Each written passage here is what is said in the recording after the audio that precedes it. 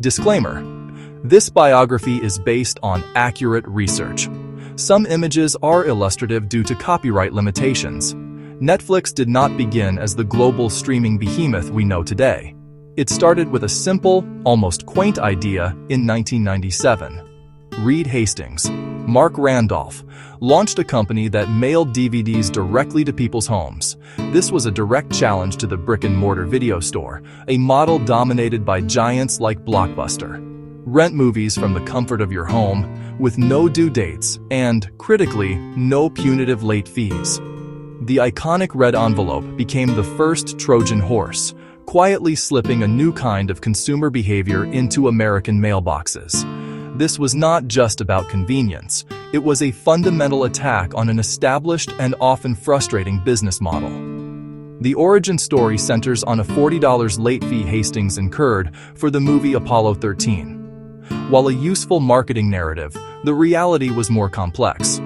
Hastings, a software executive, and Randolph, a marketing expert, saw a technological opening. The DVD was a new format, light, durable, and cheap to mail, unlike bulky VHS tapes. They recognized that the internet could serve as the storefront, a digital catalog to browse, while the U.S. Postal Service could be the delivery network. This fusion of e-commerce and physical media distribution was the company's first major innovation. This initial phase was a slow burn, not an explosive success. The company had to convince a skeptical public that ordering movies online and waiting for them to arrive by mail was better than driving to the local store. The pay-per-rent model was not the future you know. Netflix leaders knew this. It was cumbersome and failed to create the sticky, recurring revenue they needed to scale. In 1999, the company made its most important early decision. It introduced a subscription service. For a flat monthly fee, customers could rent an unlimited number of DVDs, with a cap on how many they could have at home at one time. This all-you-can-eat model was revolutionary for the home video market. It eliminated the psychological friction of per-transaction costs and, most importantly, it officially declared war on the late fee, the most hated aspect of the video rental experience and Blockbuster's key profit center. This subscription model did more than just change the payment structure. It fundamentally altered the customer relationship. It transformed casual renters into loyal members. With a subscription, the service was always on, encouraging users to keep a steady flow of red envelopes moving back and forth. This created a powerful habit loop and gave Netflix a predictable stream of income to reinvest in its technology, inventory, and distribution centers. Just as its DVD business was hitting its peak, Reed Hastings made a decision that many inside and outside the company considered borderline reckless. In 2007, Netflix launched its Watch Now service, allowing subscribers to stream a limited selection of movies and TV shows directly to their computers. This was not a side project. Hastings saw it as the inevitable future. He was willing to cannibalize his own profitable DVD business to get there first. The initial offering was modest. The catalog was small. The video quality was standard definition at best, and it required a broadband connection that not everyone had. It was a clunky, imperfect start. The bet was on the trajectory of technology. Hastings understood Moore's law and the rapid improvement of internet speeds. He knew that what was a niche, low-quality service in 2007 would, within a few years, be a high-definition experience accessible to everyone. The company began forging crucial partnerships to get its streaming app onto as many devices as possible. It started with PCs, internet-connected TVs, Blu-ray players, the Xbox 360, the PlayStation 3. This strategy was critical. Netflix wanted to be a native feature of the living room, as easy to access as a cable channel. It was a land grab for screen real estate. This transition was painful and nearly broke the company. In 2011, Hastings announced a plan to split the company in two.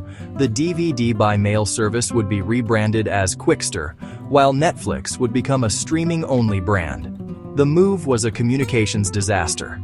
It was poorly explained and came with a significant price hike for customers who wanted both services. The backlash was immediate and brutal. Section 4. Content is king, data is the kingmaker. By 2012, Netflix was a successful streaming platform, but it was fundamentally a reseller. Its library was a collection of second-run movies and syndicated TV shows licensed from traditional media companies. These companies were starting to wake up, charging exorbitant fees or pulling their content to launch their own services. Netflix was vulnerable. The solution, championed by Chief Content Officer Ted Sarandos, was radical use its vast war chest to produce its own exclusive content. This wasn't just about making a few shows, it was about building a full-fledged studio from scratch to compete with HBO, to compete with CBS, to compete with the Hollywood giants. The first big salvo in this new war was House of Cards. In 2013, Netflix committed an unprecedented $100 million for 2 seasons without even seeing a pilot. This decision was not a blind gamble. It was a calculated risk powered by data. Netflix knew that a significant number of its users watched films directed by David Fincher. It knew that movies starring Kevin Spacey were popular. Section 5. Going global, going big. The conquest of the living room. With a successful original content strategy in place, Netflix turned its focus to global domination. The domestic market was becoming saturated, and the only path to continued hypergrowth was international expansion. The company pursued a phased but aggressive rollout. It started with Canada in 2010, followed by Latin America, and then moved into Europe, beginning with the UK and Nordic countries. Each new market was a complex undertaking, requiring new content licensing deals, currency and payment processing, and navigating a maze of local regulations. It was a massive logistical and financial challenge. The ultimate goal was to become a truly global, unified platform. This ambition culminated in a dramatic announcement at the Consumer Electronics Show in January 2016. In a single stroke, Reed Hastings declared that Netflix was simultaneously going live in 130 new countries. Overnight, the service became available in over 190 countries, covering nearly the entire globe with the notable exception of China. This flick of a switch launch was a powerful statement of intent. Netflix was no longer an American company with international operations. It was a global media entity, broadcasting to the world from its headquarters in Silicon Valley. Section 6. The Netflix Effect, a new world order for media. The rise of Netflix was not just the story of one company's success, it was the story of an entire industry being remade in its image. The most immediate casualty was linear television and the cable bundle that supported it. The phenomenon of cord cutting, canceling expensive cable subscriptions in favor of cheaper streaming options, accelerated dramatically.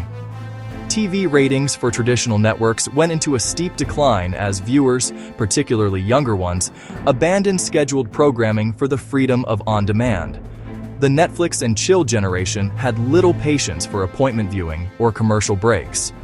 The remote control's power shifted from changing the channel to opening an app. The film industry was also profoundly disrupted.